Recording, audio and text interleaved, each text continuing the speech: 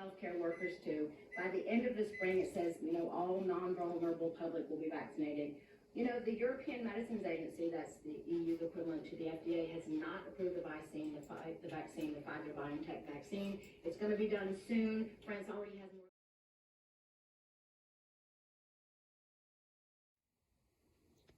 Lily, are you needy? Are you needing? Are you a needy girl? Baby. So today's the kind of day you just want to curl up. It's cold. It's very dark. It's like it's still light out. It's only 2:15. But it's hard to stay motivated when it's so cold and gloomy, right, Lily? Yeah, the Velcro is probably not good on your paws there. That's my heating pad. Hello everyone, back here. The Grim Reader is back, and today she's going to show you her German to be read shelf. So yeah, this might be a little boring for some of you because my German, well, you'll see what I mean. Now let me just show you the books quickly. The first one, I found out that this author, Günther de Brun, passed away in October of this past year. I don't know what the cause was. He was quite old though, he was in his 90s. And he writes, I've never read anything of him, but I have a couple of his books. He's an East German or Eastern area of Germany writer. And this is a beautiful book, it's a pretty book, about the street in Berlin, Unter den Linden, the historical street that has, been important for the city of Berlin. So I'm looking forward to that one day.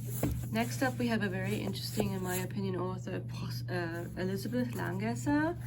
She died in 1950, so earliest 20th century writer. As I recall, she was half Jewish, but she converted to Catholicism, and her writing is sort of infused with a mythological spirituality, as I would call it, and that sounds kind of interesting. But she's also, in my opinion, an excellent writer. Very strange writing, very sort of, there's a darkness to it, and it's unsettling, but very, very good. And she had a very sad life. Her daughter went to Auschwitz, one of her illegitimate daughters. She married a German person and was thus protected from going to the camps. But she let her daughter go, and then her daughter managed to survive, escaped to Sweden, and wrote a scathing autobiography. And the mother doesn't come off that well, because of doing that. Anyway, very interesting. Next up, we have W.G. Sebald, the German author who also passed away, young.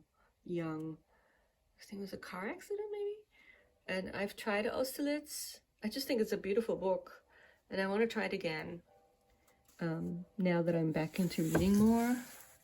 Next up, we have one of my favorite authors, very strange novel called After Summer, or Indian Summer, After Summer.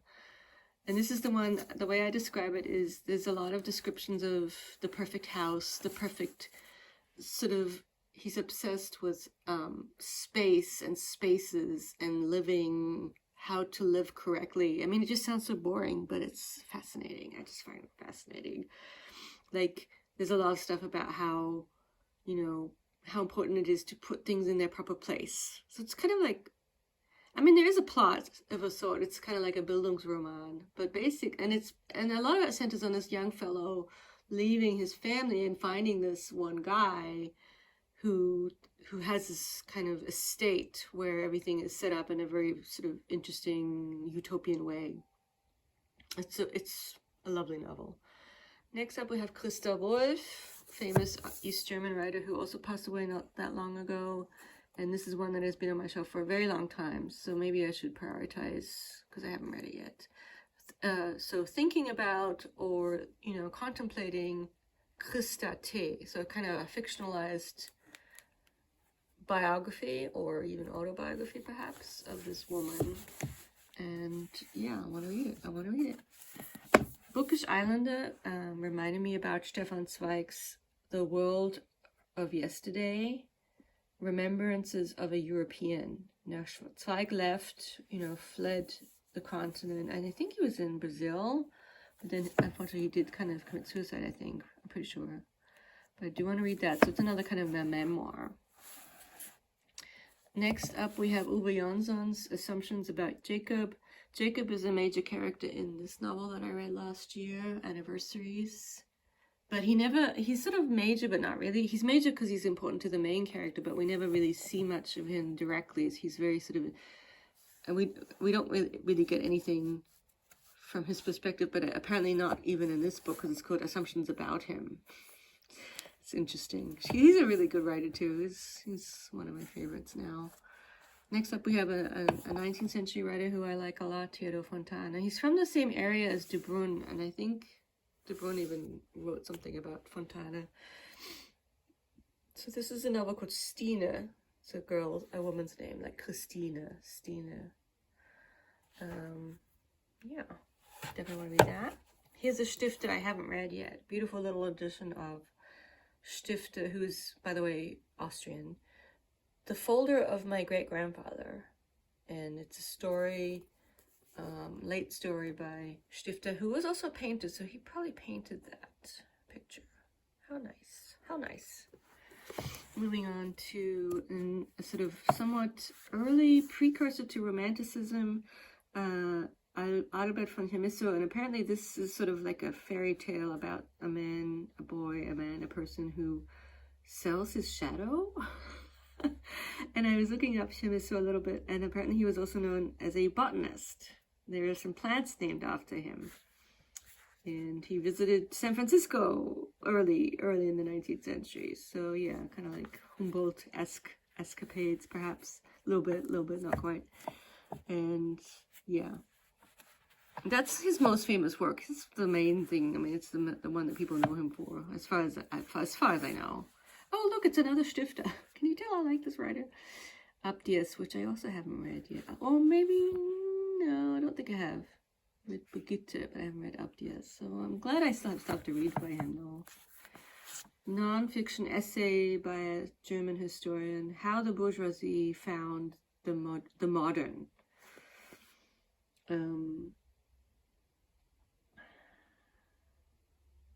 Interesting. Yeah, wanna read that at some point. Non-fiction. Oh, is there a book in the back? Oh shoot, there is. I always do this. Sorry, guys. Oh no, that's Abdias. It went in the back. See, it's so easy to lose things, especially these little Reclam copies. Next, we have Walter Benjamin's autobiographical work that I should read. It's called One Way Street. I don't think I've read it. Or if I have, it's such a long time ago that I don't remember it. I want to read that. I love Walter Benjamin. Brilliant mind. So I thought I was interested in reading the fantasy novel by Michael Ende, The Never-Ending Story. In German, he's Michael Ende. So I had this gifted to me by my sister last year for Christmas. But then I kind of decided I wasn't that interested in reading it. It happens. But now, if I ever do feel inclined, I have a beautiful edition of it. So that's nice. It is good to have. You never know. Next up, I think I got this at a half-price book. It's Norwegian, and it's called And Eternally the Forests Sing.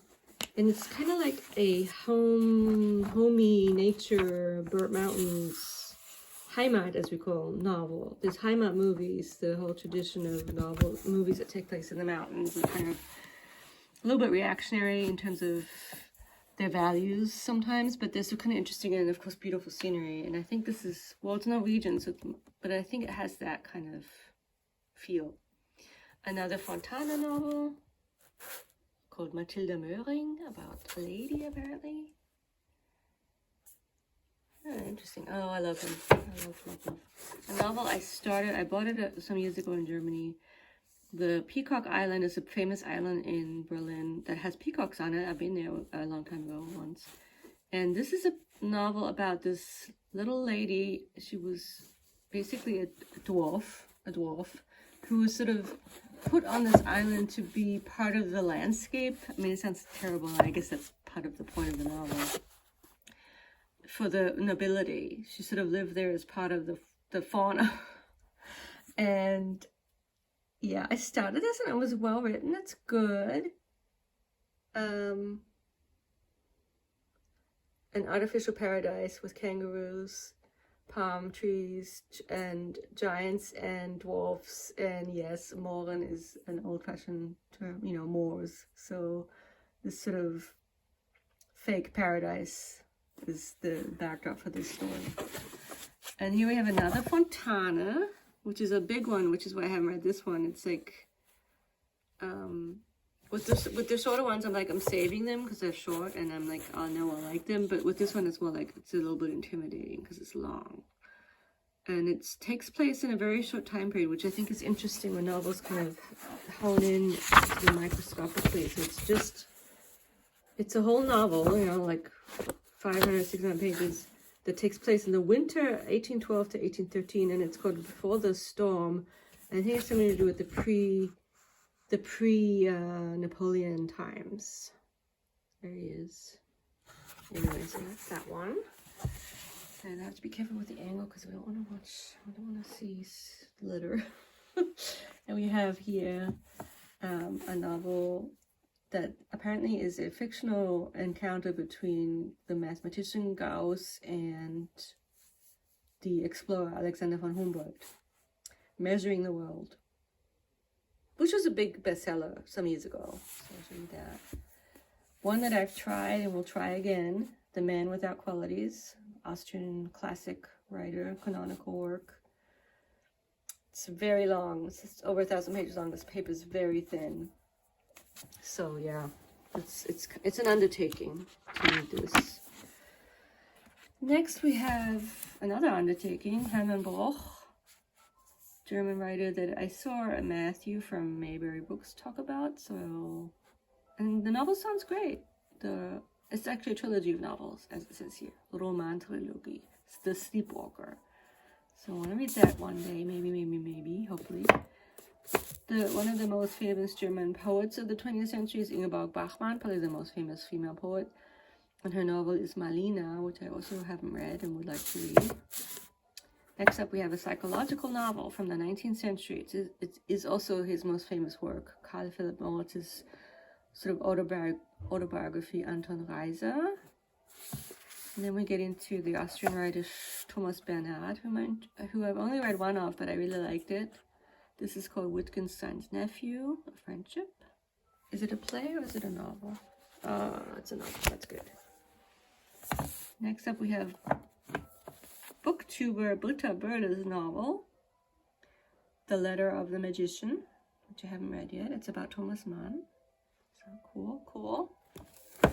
Next up, we have Strindberg, Swedish, takes place on an island, The People of Hemsö. So I want to read that. It's a book, it's not a play. Sweden. So this is an actor. He was actually in the movie The Lives of Others. He was the kind of sleazy friend of the guy. Not the big bad guy, but the other sleazy guy, pro-government guy. And this is called it's sort of like, Spieluhr is kind of like a music box almost. It's like you can play music, a musical thing, musical instrument. Spieluhr. Uhr is actually clock, and game, and Spiel is game, but I think it's more like a music box sort of. I don't know what it says here. Rauschhaft. So like Dionysian, Labyrinthian. This novel. Oh, okay. You don't know, maybe it's not that good. I don't know. Written by an actor. You never know. It's pretty though.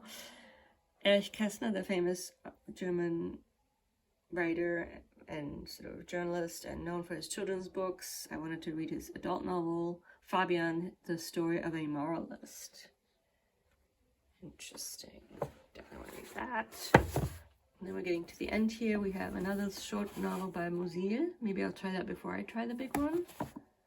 And then we have another Langesser collection of stories. So the interesting, she's also connected to her area of Germany, which is the Rhineland area. Sort of, her town is Alzey. And here too, a lot of it is sort of mythological.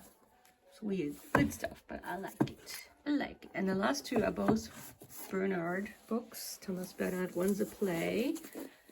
the Place of Heroes, or the Square, Heroes Square, and then we have, oh, quick, no letter. This is called the Voice Imitators. And I think that this is like little snippety things. Die Holztierhaumer. Der Holztierhaumer. Okay, I'm not quite sure what's going on here, but it looks interesting, and it's a pretty purple book. So yeah, there's 14 minutes on my German bookshelf. Hope it wasn't too boring. And I will talk to you guys soon. Bye-bye. Bye-bye. Stays at the Lockett Hotel. And who does he meet? But a Mr. Archie Selkirk, who has a farm to sell.